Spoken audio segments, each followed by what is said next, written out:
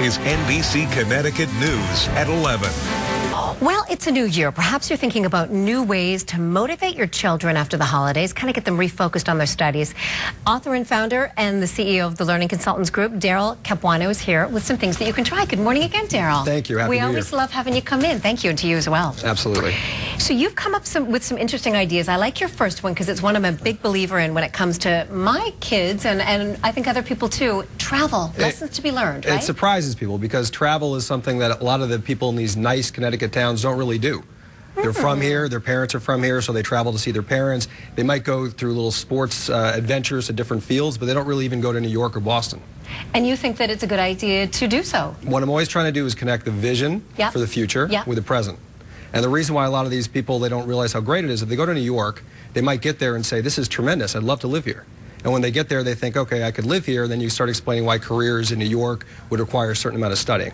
Or they might go to Boston, and they might say, I'd love to go to college here. And you say, well, if you want a job in Boston or go to college in Boston, you have to study to get there. That's a really good way of subtly introducing that concept to kids. All right, you also believe in a 5-minute weekend retreat about school. What do you mean by that? Well, think about how you talk to your children about school. Most people say, did you do your homework? Yes, I did. How is school going? Fine. And so they don't really have any conversation. You sit down with your child, you ask how things are going, you start actually asking questions. And when you start asking questions, your child might say, I don't really like Mrs. Smith. And you say, well, why not? Well, she doesn't teach well.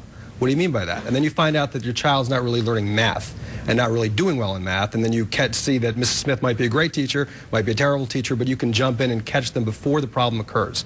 Usually people find out during parent-teacher conferences, or they find out during progress reports that the child isn't doing well. This way you catch it before there's any issue. And so literally have that conversation over the weekend? Or over the weekend. They're not going to be happy about it, but you bring them in, you say, we're actually going to talk. One parent, non-evaluation. How are things going?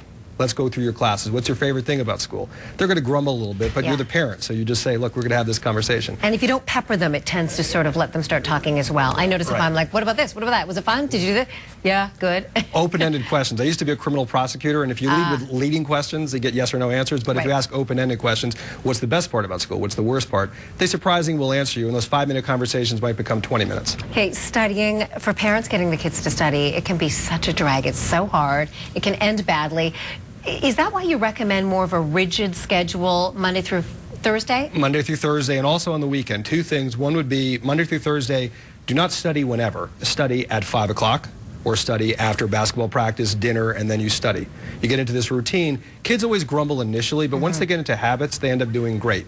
They say, okay, it's 5 o'clock, they go, I got to study, rather than I'll keep studying, I'll study after I'm done with something.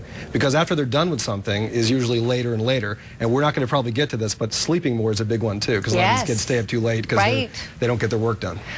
Is it better to do the homework before dinner or after? Does it matter? Just have a rigid time? I would say the rigid time matters more, and sports sometimes prevents before dinner, but I would say getting the busy work done before dinner and then doing studying after dinner might be the best thing to do. You mentioned sports. It's our next one. Why is less more? Well, now that you'll see the premier teams, I think your son plays hockey, you'll see they become more and more intense. And then you'll see your weekends start to be grabbed away. And a lot of these kids, they end up not studying at all because they're practicing too much, going to too many games. I'm a big believer in sports, but right now it's becoming a little bit too intense, and I think a lot of parents have to dial it back a bit.